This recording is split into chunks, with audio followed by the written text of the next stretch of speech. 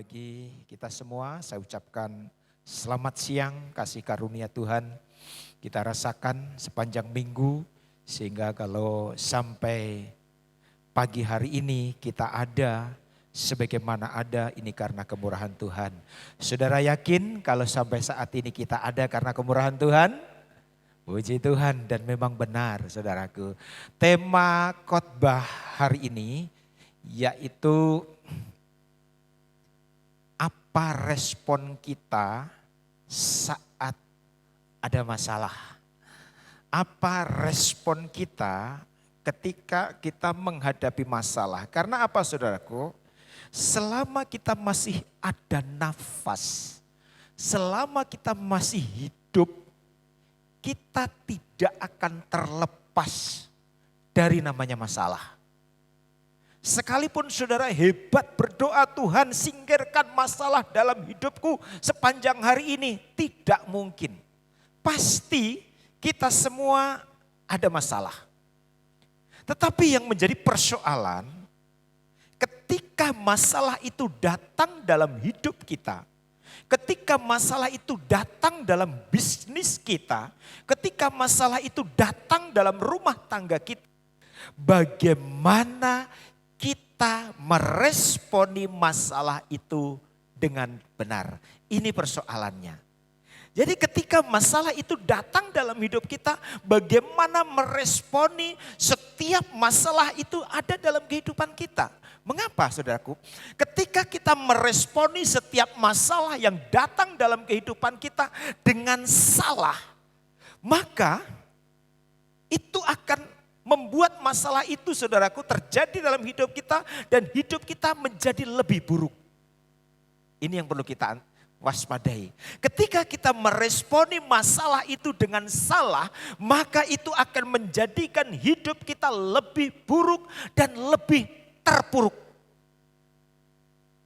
Tetapi sebaliknya, ketika kita meresponi setiap masalah itu dengan baik, entah apalagi saat ini yang jelas masalah yang ada yang paling menonjol adalah masalah ekonomi.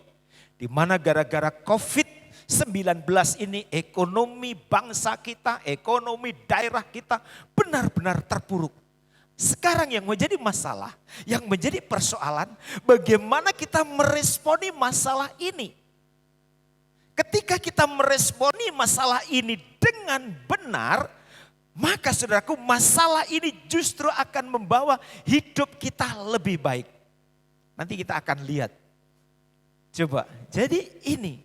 Jadi yang menjadi masalah bagaimana respon saudara ketika kita menghadapi masalah. Coba kita lihat ayatnya di dalam kitab Rut pasal yang pertama. Kitab Rut pasal yang pertama ayat yang ke-20. Kitab Rut pasal yang pertama ayat yang ke-20. Tetapi ia berkata kepada mereka, janganlah sebutkan aku Naomi, sebutkan aku Mara. Sebab yang Maha Kuasa telah melakukan banyak yang pahit kepadaku.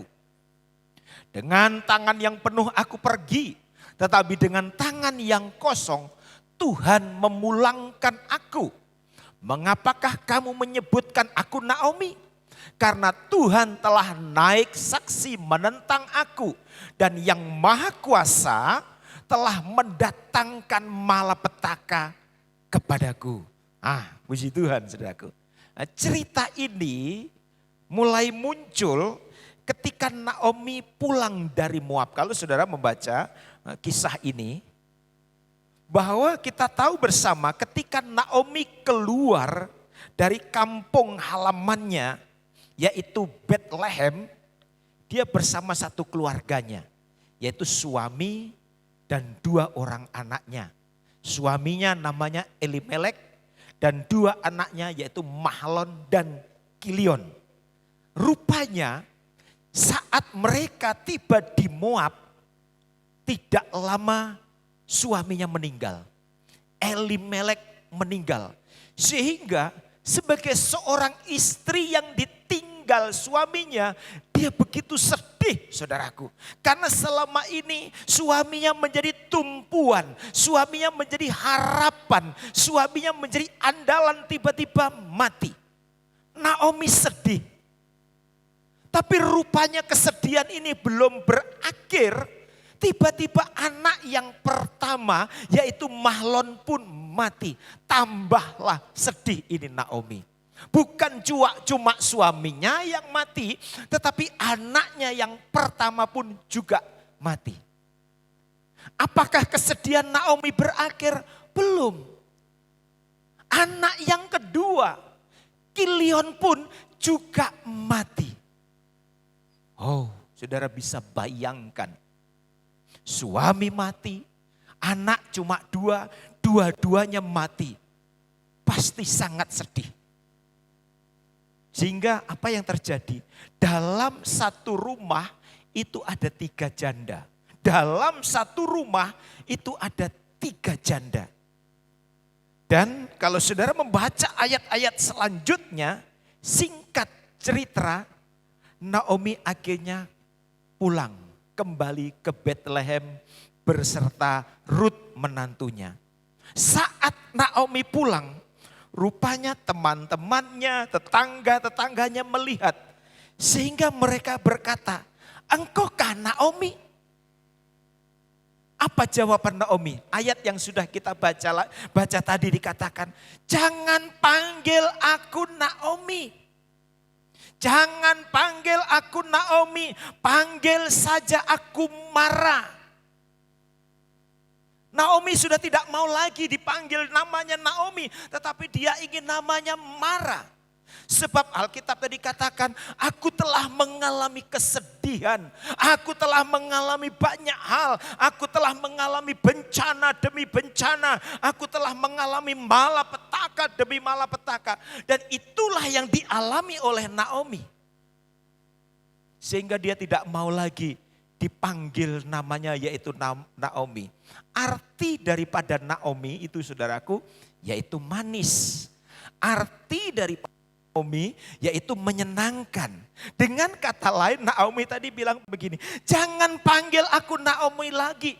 Sebab aku sudah tidak pantas dipanggil Naomi. Karena apa? Kondisiku saat ini sudah tidak lagi manis. Kondisiku saat ini sudah tidak lagi menyenangkan. Sehingga dia rasa malu dipanggil lagi Naomi. Karena apa? Di dalam hidupnya dia mengalami bencana demi bencana. Di dalam hidupnya dia mengalami malapetaka demi malapetaka. Sehingga dia panggil aku Mara. Mara itu artinya pahit. Itu arti daripada Mara, yaitu pahit. Mungkin saudaraku, saat ini saudara dan saya mengalami persoalan demi persoalan. Ada 2 sikap yang biasa sering kita lakukan, yaitu sikap negatif dan sikap positif. Sikap salah dan sikap benar. Tetapi saya mau kasih tahu dari awal tadi. Ketika kita sedang ada masalah, lalu respon kita negatif, respon kita salah, itu akan membuat hidup kita lebih buruk. Ingat baik-baik. Tetapi sebaliknya, ketika kita menghadapi masalah dengan sikap yang benar, dengan sikap yang baik, maka masalah itu justru akan membuat saudara hidup lebih baik. Nanti kita akan lihat contohnya bagaimana ketika kita meresponi setiap masalah, lalu kita sikapi dengan benar, justru masalah itu membuat hidup kita lebih baik. Nanti kita akan lihat, tetapi sekali lagi ketika kita melihat masalah, persoalan dengan sikap negatif, maka akan membuat hidup kita akan semakin sulit, akan membuat hidup kita akan semakin susah, akan membuat hidup kita akan semakin pahit, akan membuat hidup kita akan semakin buruk. Tetapi sebaliknya, ketika kita mau meresponi setiap masalah, setiap kesulitan hidup, setiap problema dengan sikap yang baik, sikap yang positif, maka itu akan membuat hidup kita lebih baik. Amin, saudara. Amin. Karena apa? Sekali lagi kita ini tidak bisa lari dari masalah. Dan masalah itu tidak bisa kita hindari. Nanti kita bisa berhenti tidak punya masalah kalau sudah dikubur. Kalau kita sudah mati itu berhenti masalah. Itu masalah di dunia. Tetapi di sana masih ada masalah. Jadi saudara jangan berpikir habis mati itu habis perkara. Tidak. Habis mati kita masih tunggu perkara. Kita akan dihakimi. Kita akan diadili. Nah, jadi inilah yang perlu yang saya sampaikan. Nah, untuk menghadapi hal semacam ini, apa yang harus kita lakukan? Apa yang harus kita buat? Nah, kita belajar dari kehidupan Naomi. Naomi awalnya terpuruk. Naomi awalnya hancur-hancuran. Naomi mengalami banyak masalah. Suaminya mati, kedua anaknya mati. Dan ayat tadi dikatakan, aku pergi dengan kelimpahan. Aku pergi dengan banyak harta. Tetapi aku pulang dengan tidak punya apa-apa. Tetapi pada akhirnya, kalau saudara membaca Alkitab, akhir kehidupan Naomi dia begitu luar biasa. Dia diberkati Tuhan, dia alami peningkatan, dia alami hal-hal yang luar biasa. Anak cucunya menjadi orang-orang hebat. Anak cucunya daripada Naomi itu menjadi orang-orang hebat. Kita akan lihat apa rahasianya yang dilakukan oleh Naomi. Dan ini juga bisa menjadi resep bagi saudara dan saya. Yang pertama yang dilakukan oleh Naomi, rahasia hidup menjadi lebih baik. Yang pertama mengoreksi diri sendiri. Ketika masalah terjadi dalam hidupnya, Naomi tidak berusaha membuat orang lain dijadikan kambing hitam. Tetapi dia periksa diri, dia mengoreksi diri, kenapa hal ini terjadi dalam hidupku, kenapa hal ini terjadi dalam rumah tanggaku, sehingga suamiku mati, anak-anakku mati. Dia koreksi dirinya sendiri, saudara. Dia tidak coba menyalahkan orang-orang Moab, dia tidak coba menyalahkan orang-orang Moab, tetapi dia periksa diri. Coba kita lihat ayat yang sudah kita baca tadi. Ayat ini begitu indah, ada kalimat yang dapat kita jadikan sesuatu saudaraku untuk pegangan. Sekali lagi saya akan baca ayat ini. Dengan tangan yang penuh aku pergi. Tetapi dengan tangan yang kosong Tuhan memulangkan aku. Mengapakah kamu menyebutkan aku Naomi? Karena Tuhan telah naik saksi menentang aku. Nah, sampai di sini. Inilah rahasia hidup Naomi alami pemulihan. Ketika dia mengalami masalah, ketika dia mengalami keterpurukan, dia memeriksa diri, oh ini penyebabnya. Masalah datang dalam rumah tanggaku. Ini penyebabnya. Masalah datang dalam bisnisku. Aku melakukan kesalahan. Aku telah melakukan dosa. Sehingga Tuhan sampai naik saksi menentang aku. Apa kesalahan Naomi, saudaraku? Yaitu meninggalkan Betlehem. Ketika di Betlehem dia ada masalah. Yaitu alami kekurangan, dia langsung tinggalkan Betlehem, pergi ke Moab. Betlehem, saudaraku, itu artinya rumah roti. Betlehem itu artinya keberadaan Tuhan.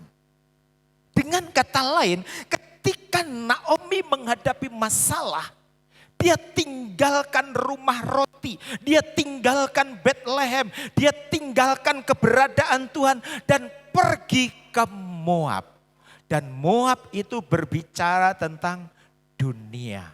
Moab itu berbicara tentang dunia. Sering saudaraku, tanpa kita sadari, hal ini kita lakukan.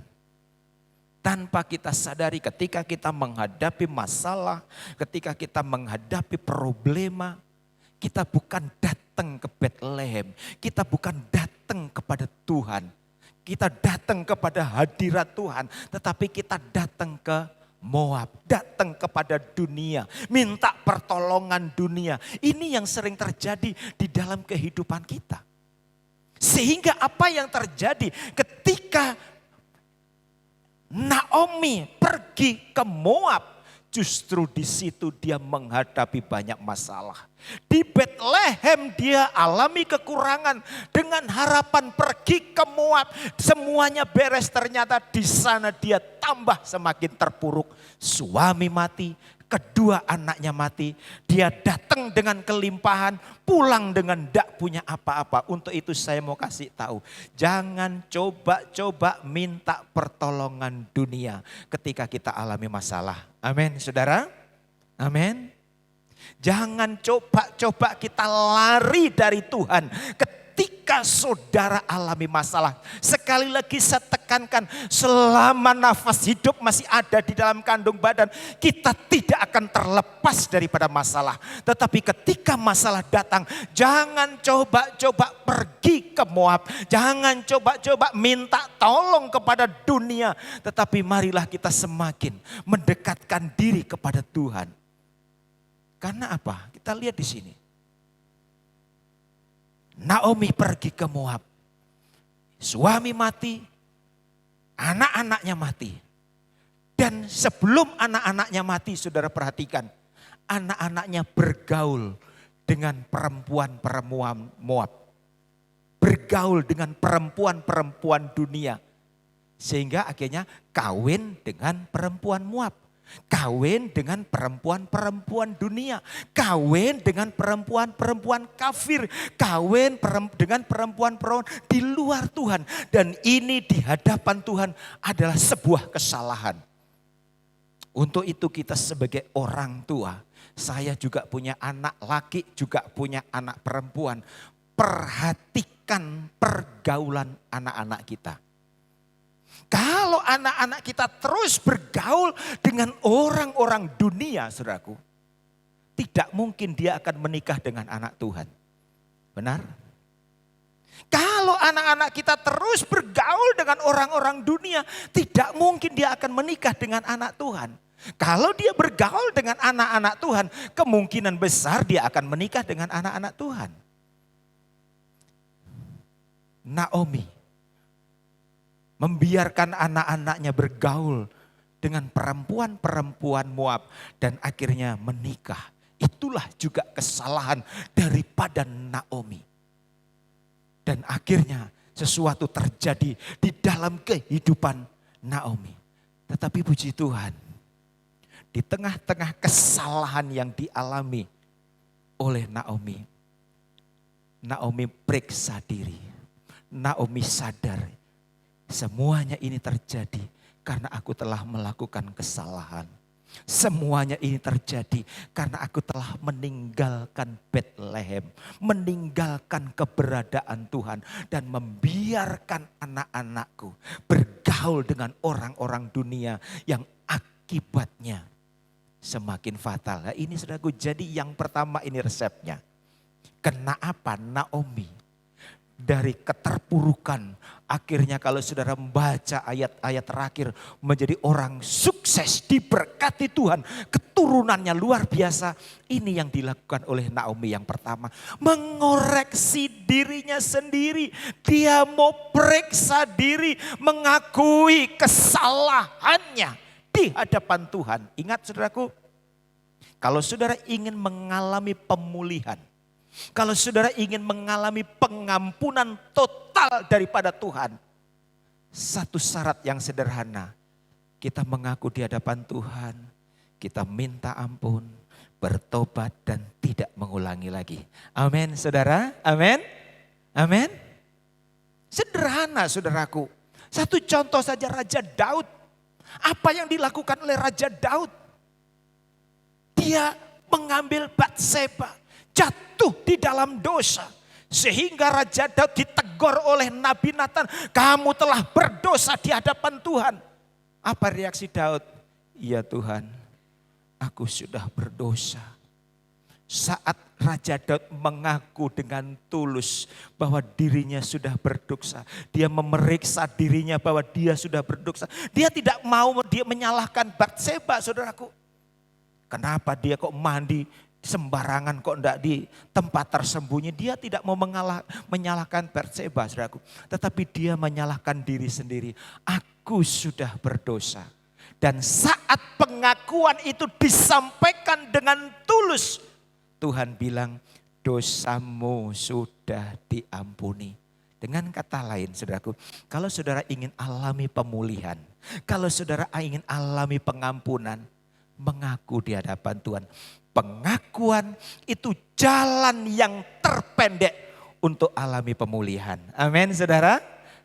Pengakuan itu adalah jalan yang terpendek untuk alami pengakuan, pengampunan daripada Tuhan. Ini yang pertama, yang dilakukan oleh Naomi. Sehingga Tuhan memulihkan keadaan Naomi. Tuhan bahkan memberkati Naomi dengan luar biasa. Itu yang pertama. Yang kedua, yang dilakukan oleh Naomi, yaitu datang kepada Tuhan. Datang kepada Tuhan. Kok sederhana Om? Ya, sederhana saudaraku. Dan memang itulah yang dilakukan oleh Naomi, sangat sederhana. Walaupun Naomi itu masih marah dengan Tuhan. Masih jengkel dengan Tuhan. Karena suaminya mati, kedua anaknya mati. Dia masih kecewa dengan Tuhan. Tetapi dia mau kembali ke Betlehem. Dia tidak mau bertahan di Moab. Walaupun secara manusia dia kecewa dengan Tuhan. Tuhan, kenapa suamiku engkau ambil? Kenapa anak-anakku yang cuma 2 engkau ambil semua? Dia sempat kecewa. Tetapi walaupun dia kecewa, dia mau kembali ke Betlehem. Dia mau kembali kepada tempat keberadaan Tuhan. Dia mau kembali kepada Tuhan. Dan inilah yang Tuhan inginkan saudaraku. Mungkin di hari-hari ini saudara mengalami kekecewaan. Kecewa terhadap bisnis yang tidak bisa maju. Kecewa terhadap anak. Kecewa terhadap suami, kecewa terhadap istri, kecewa terhadap rekan bisnis. Saya mau kasih tahu, justru dalam kondisi kecewa, kalau saudara ingin alami pemulihan, datang kepada Tuhan. Amin saudara, amin, amin. Datang kepada Tuhan. Kalau orang dunia, saudaraku, saat alami kecewaan larinya kemana? Ke alkohol. Ini orang dunia saudaraku, kalau dia alami kecewa, dia larinya ke alkohol, dia larinya ke obat-obatan terlarang. Bahkan ada yang lari pergi ke dukun. Itu tidak bisa saudaraku. Ketika saudara alami kekecewaan, saudara tidak bisa pergi ke tempat-tempat itu. Karena apa? Ketika saudara pergi ke tempat-tempat itu, maka masalah itu tidak akan selesai, tetapi justru akan menambah masalah. Saya mau kasih tahu, itu justru akan menambah masalah. Itu tidak akan menyelesaikan masalah. Masalah akan semakin besar di kemudian hari. Naomi kondisi kecewa, tetapi mau datang kepada Tuhan. Haleluya. Naomi kecewa, tetapi dia mau kembali kepada Tuhan. Dan saudara melihat, setelah Naomi kembali ke Betlehem, apa yang terjadi? Tuhan sudah siapkan berkat. Ini rahasia berkat. Kalau saudara ingin alami berkat Tuhan yang luar biasa, saudara harus kembali kepada Tuhan. Sering saya katakan kepada jemaat, dalam kondisi ekonomi yang terpuruk, yang harus kamu lakukan adalah datang kepada Tuhan. Karena kalau hanya ekonomi terpuruk, saudaraku, lalu kita berdoa ekonomi terpuruk, lalu ekonomi meningkat. Tapi kalau kita tidak datang kepada Tuhan, justru ekonomi meningkat membuat kita jauh daripada Tuhan. Jadi yang perlu dipulihkan adalah rohani dulu. Kalau seandainya rohani tidak dipulihkan, hanya bisnis yang dipulihkan, hanya ekonomi yang dipulihkan, rohani belum dipulihkan. Ketika ekonominya meningkat, itu orang itu akan semakin jauh. Kenapa tidak masuk gereja? Sibuk om. Kenapa? Semakin diberkati, semakin diberkati, semakin diberkati, semakin diberkati. Sementara rohani belum dipulihkan, sehingga orang ini akan semakin jauh daripada Tuhan. Dan faktanya banyak saudaraku. Itulah sebabnya sering saya kasih tahu sama jemaat.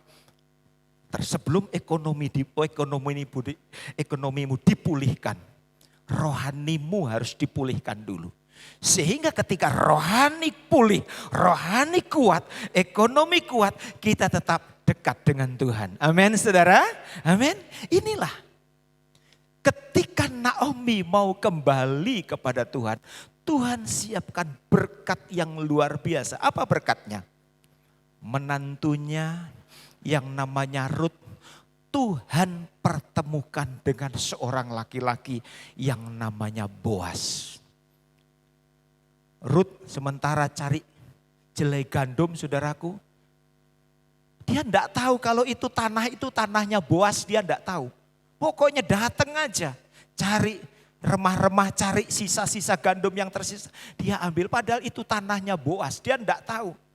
Tuhan akhirnya apa saudaraku? Pertemukan Rut dengan Boas.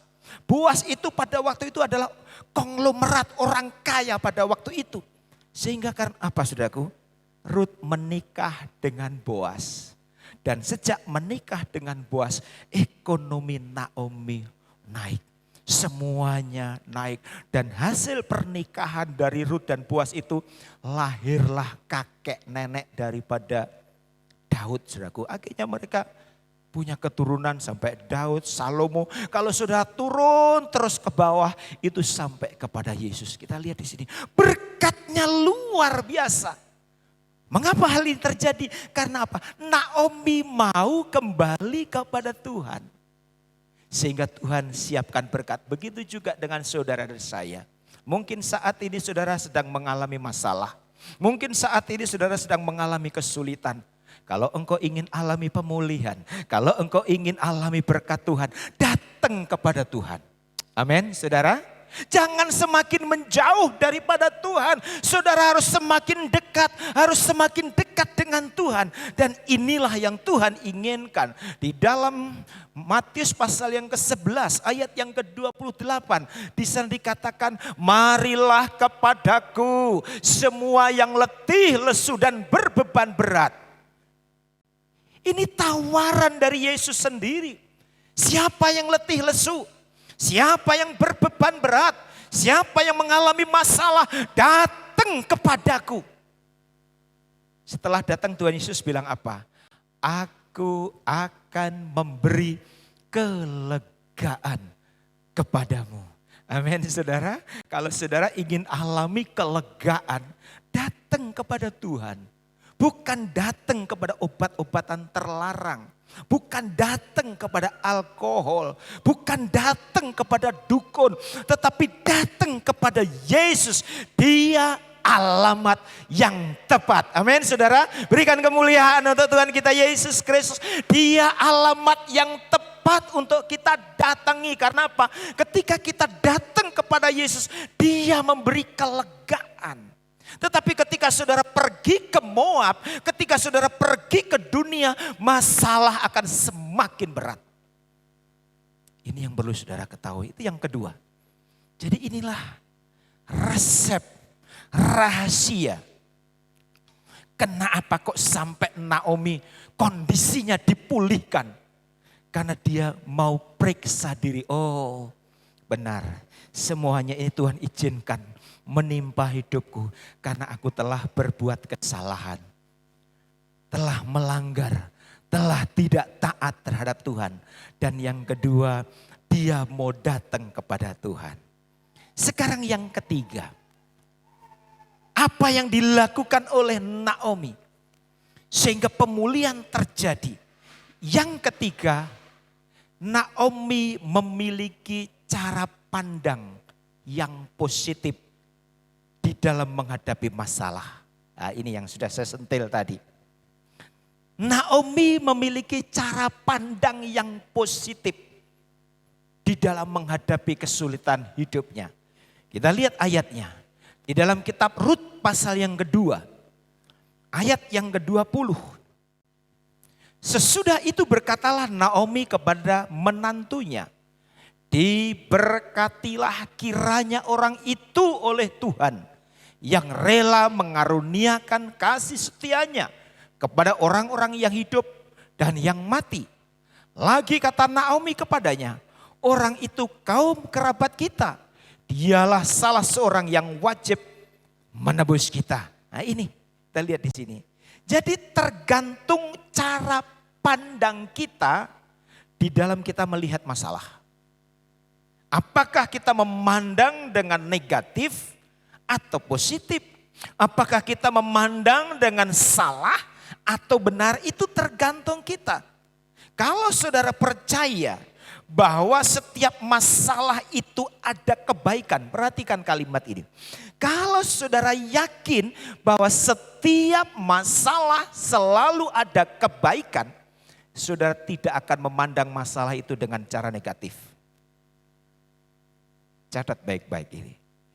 Kalau saudara memandang di balik masalah itu ada kebaikan, itu ada kemurahan, itu ada promosi, itu ada peningkatan, itu ada berkat, maka setiap masalah yang terjadi dalam hidupmu itu tidak akan kita pandang dengan cara negatif. Karena apa? Oh, ini ada masalah, pasti ada sesuatu yang luar biasa.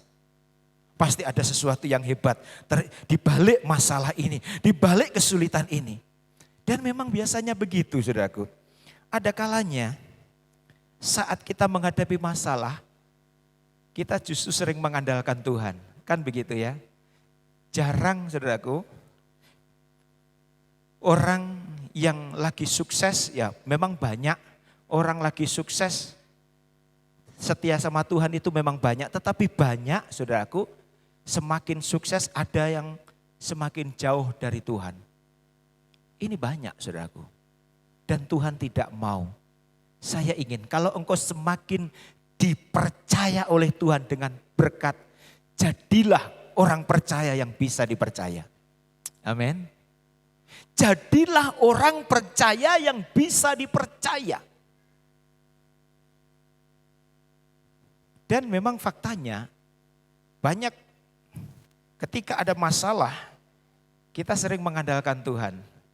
Kalau belum ada masalah, nanti dulu Tuhan nomor 2. Ketika kita ada masalah baru kita sering menangis dari Tuhan. Tuhan tolong Tuhan. Sering kita bergantung sama Tuhan. Sering kita lebih dekat kepada Tuhan. Jadi ada kalanya Tuhan izinkan masalah itu terjadi dalam hidup kita.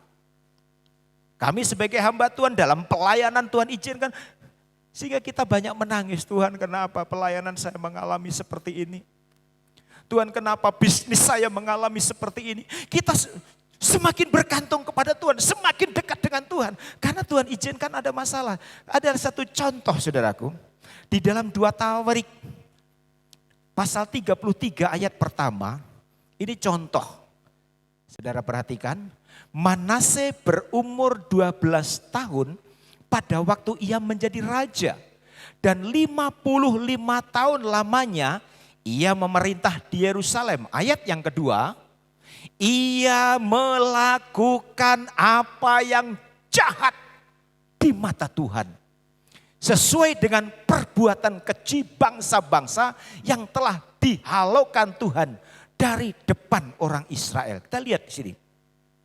Manase selama menjadi raja, ia melakukan apa yang jahat. Kalau saudara membaca ayat-ayat selanjutnya itu ngeri kejahatan daripada Manase. Saudara bayangkan kejahatannya kalau saudara membaca ayat selanjutnya. Biasanya untuk memberikan persembahan, memberikan korban itu kambing, domba, ayam, merpati, burung tekukur itu yang dipersembahkan. Tetapi Manase, saudaraku, untuk dipersembahkan kepada berhalanya, tidak tanggung-tanggung anaknya sendiri. Bayangkan, anaknya sendiri dikorbankan, itu begitu jahat. Anaknya sendiri yang dikorbankan. Ia melakukan apa yang jahat. Dan apa yang dilakukan oleh Manase itu membuat Tuhan kecewa. Membuat Tuhan sedih. Membuat Tuhan marah. Sehingga apa yang dilakukan oleh Tuhan? Ayat yang ke-11. Oleh sebab itu, karena apa? Kejahatan-kejahatan yang dilakukan oleh Manase, Tuhan mendatangkan kepada mereka panglima-panglima tentara raja Asyur yang menangkap Manase dengan kaitan membelenggunya dengan rantai tembaga dan membawanya ke Babel. Ini baru. Jadi kita lihat, karena yang dilakukan oleh Manase itu sesuatu yang jahat, Tuhan izinkan Manase kalah perang. Tuhan izinkan Manase dibelenggu, dibawa ke Babel. Ini ada kalanya, saudaraku. Jadi ketika kita melakukan kesalahan, Tuhan izinkan sesuatu terjadi. Jadi sesuatu itu bukan satu kebetulan. Kalau sesuatu terjadi dalam kehidupan kita itu ada maksud Tuhan. Tergantung cara pandang kita. Kita lihat, ketika Manase melakukan kejahatan, Tuhan izinkan dia ditawan, Tuhan izinkan dia belenggu, Tuhan izinkan dia dibawa ke Babel. Dalam kondisi terdesak, dalam kondisi yang sangat prihatin, apa yang dilakukan oleh Manase? Ayat yang ke-12.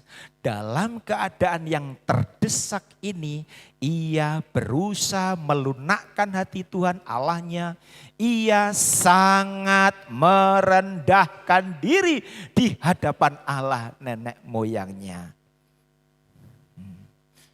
Dia merendahkan diri. Dia mengakui, dia periksa diri seperti Naomi. Dia tinggalkan Bethlehem. Suami mati, anak-anak mati, lalu dia periksa diri, dia mengakui kesalahan, mengakui kekilafan, dia merendahkan diri, akhirnya dia pulang ke Bethlehem. Di Bethlehem Tuhan memberkati, begitu juga dengan Manase.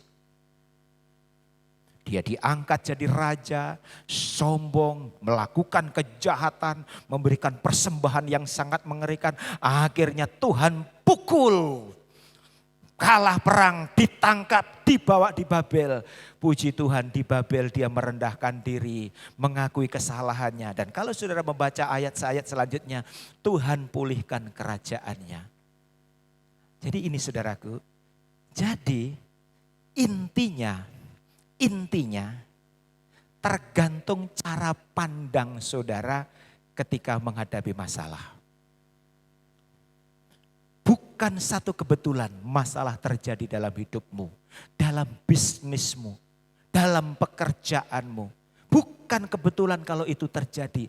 Ada maksud Tuhan. Di balik itu ada hal-hal yang baik kalau saudara memandang dengan benar. Memandang dengan benar, ada sesuatu yang luar biasa. Jadi tergantung cara pandang kita. Sehingga Tuhan hancurkan ini kesombongan daripada Manase.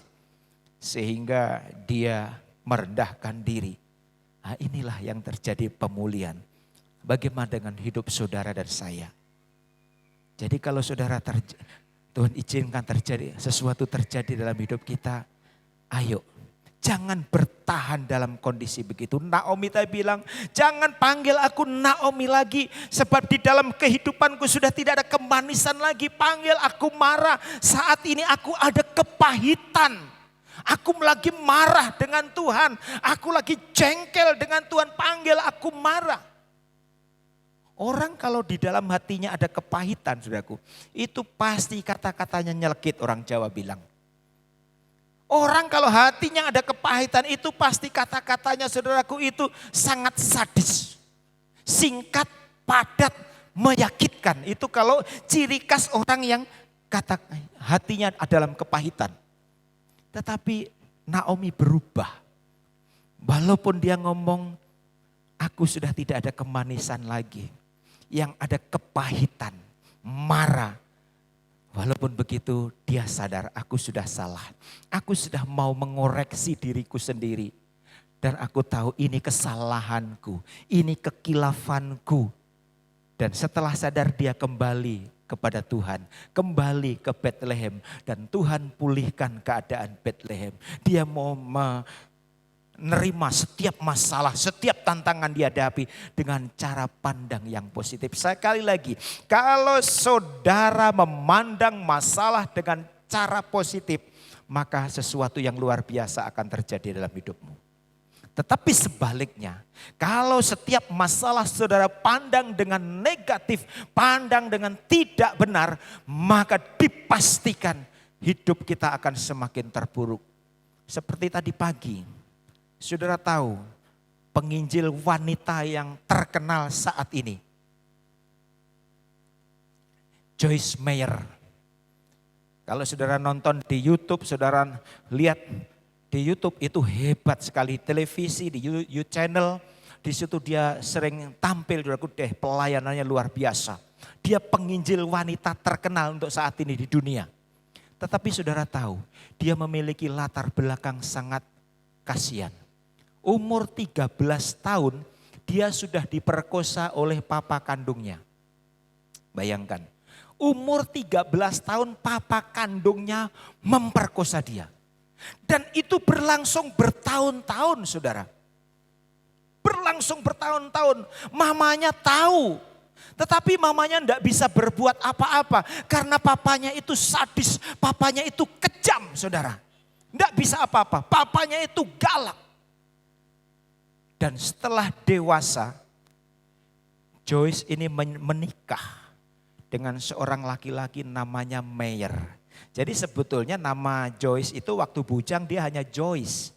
Tetapi setelah menikah dengan Meyer, sehingga nama marga, nama pam daripada istri suaminya itu digabung. Sehingga namanya menjadi Joyce Meyer. Setelah menikah 10 tahun dengan Meyer, dia mulai mengenal Yesus. Sebelum dia mengenal Yesus, di dalam hati Joyce Meyer itu hanya ada kepahitan. Sebelum dia mengenal Yesus, di dalam hati Joyce Meyer itu hanya sakit hati, hanya kemarahan, hanya dendam terhadap papanya.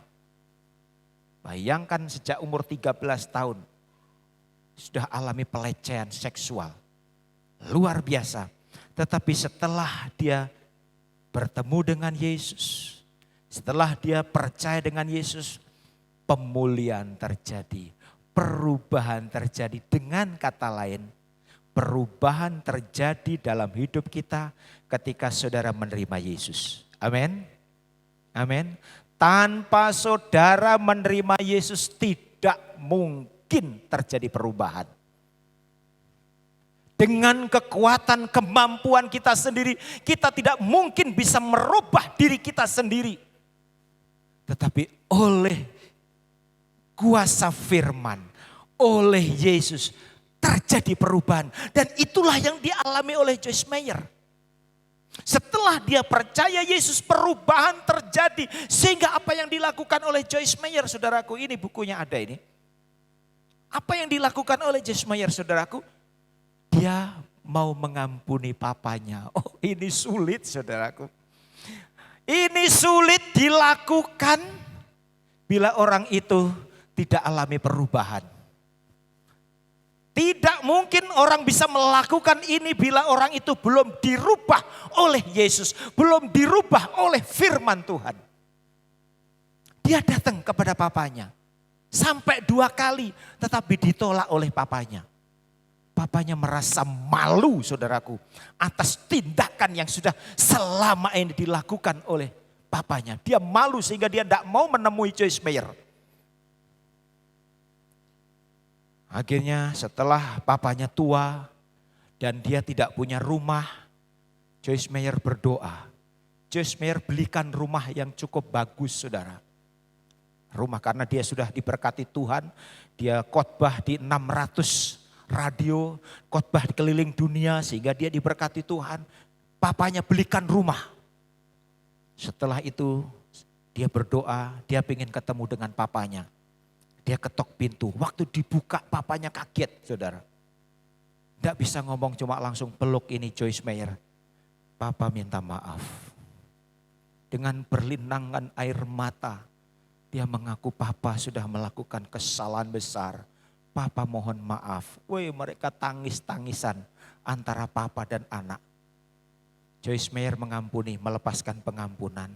Setelah itu Joyce Meyer menceritakan tentang kebaikan Yesus. Menceritakan tentang kasih Yesus. 1 minggu kemudian papanya bertobat menerima Yesus Kristus. Haleluya saudara. Menerima Yesus. Dan papanya dibaptis. Dan yang membaptis Joyce Meyer sendiri. Ini luar biasa saudaraku. Joyce Meyer memandang di balik masalah. Setiap hal yang terjadi ada kebaikan di dalamnya. Setiap hal yang terjadi ada kebaikan. Kalau kita punya cara pandang yang benar, punya cara pandang yang positif. Jadi 3 hal ini, kalau saudara ingin alami pemulihan, kalau saudara ingin alami peningkatan, kalau saudara ingin alami pertolongan daripada Tuhan, 3 hal ini yang perlu saya sampaikan. Koreksi diri, periksa diri, kalau itu terjadi dalam hidupmu. Periksa diri apa yang salah sehingga masalah ini terjadi dalam hidupku. Dan yang kedua, datang kepada Tuhan dengan penyesalan. Datang kepada Tuhan, kembali kepada Tuhan. Dan yang ketiga, milikilah cara pandang yang positif. Kalau hal ini kita lakukan, masalah itu justru akan menjadi batu loncatan untuk kita semakin naik, untuk kita semakin dipromosikan. Amin saudara, amin. Berikan kemuliaan untuk Tuhan kita Yesus Kristus. Tuhan Yesus memberkati. Silahkan pemain musik. Haleluya. Kiranya lewat firman Tuhan pada siang hari ini membekali kita semua bahwa kita bisa berubah. Kita bisa dipromosikan oleh Tuhan. Kita bisa mengalami pemulihan. Kita bisa mengalami pertolongan Tuhan. Asal 3 hal ini. Mari kita periksa diri. Koreksi diri. Datang kepada Tuhan. Dan memiliki cara pandang yang benar. Di dalam menyingkapi setiap masalah. Haleluya. Kita nyanyikan satu pujian. Inilah rinduku kepadamu Tuhan. Segenap hatiku, ku menyembahmu. Haleluya Yesus.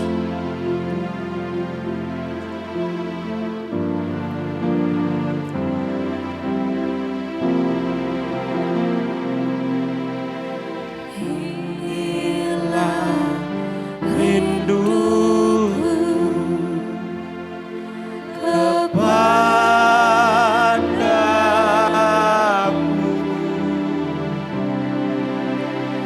segenap hatiku menyembahmu.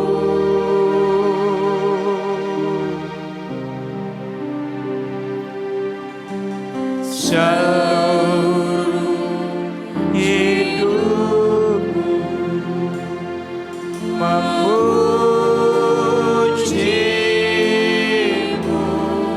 Ku menyembahmu. Ku menyembahmu, ya Allahku.